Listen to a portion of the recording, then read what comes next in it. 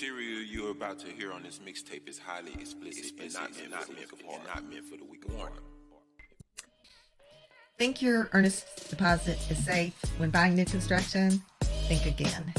Today, I'm breaking down the fine print that could cost you thousands. So, before you start picking out cabinet colors, let's talk about the fine print. Because when it comes to new construction contracts, the devil is definitely in the details. I'm Jana. I'm a realtor in this area. And if you are wanting to buy new construction, stick around. And if you know someone thinking about buying new, be sure to share this with them.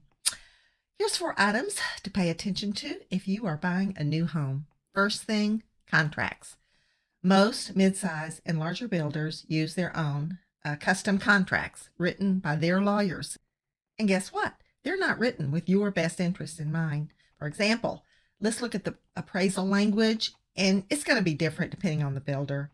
But one large builder I know requires the buyer to make up the difference if the appraisal comes in lower than the agreed sales price. And if you don't want to do that, they may keep your earnest money deposit, which, depending on the builder, could be a hefty sum. Now, compare that to the standard contract from the Board of Realtors, which offers some protections to buyers as well as sellers. For example, it gives an appraisal contingency, meaning if the appraisal is low and the seller doesn't budge, you can walk away with your earnest money in hand. No hard feelings, no empty wallet. Second thing, customizations. Want upgraded flooring, a fancy spa shower. If you just tell the contractor and there's just a verbal agreement, then when he fails to install those updates, it's his word against yours. So make sure for every change, there's a work order created with your signature as well as the builder's.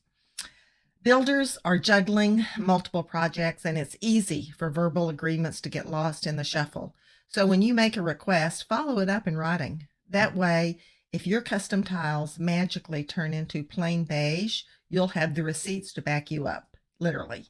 So never just tell the contractor, sure, go ahead with our new plan, without creating a written work order that both you and the contractor sign.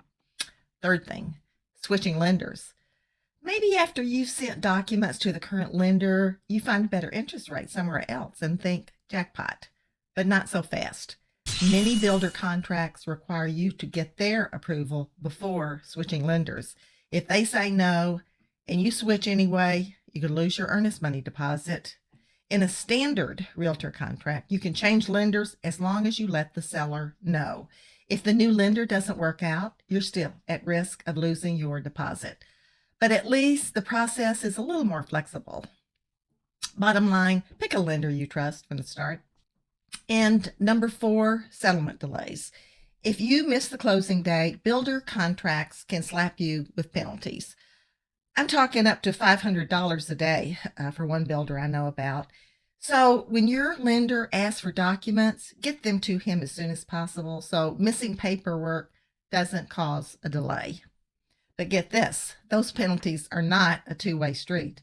If the builder doesn't finish construction on time, there's no $500 a day coming to you, and they are often delayed, citing weather conditions, waiting for permits, things like that. And then finally, this last one applies whether you're buying new construction or a resale. After you've sent your financial documents to the lender, don't make any sudden moves with your accounts, especially no withdrawals to buy furniture, even if it's on sale. If there's a large, unusual deposit, then be prepared to provide a paper trail of where that money came from. Okay, enough about the pitfalls. Let's talk about the good stuff.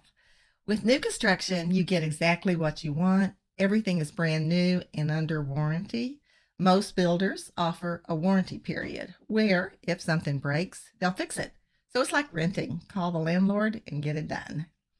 Bottom line, buying new construction can be a really good experience, but the contract, that's where you need to be cautious.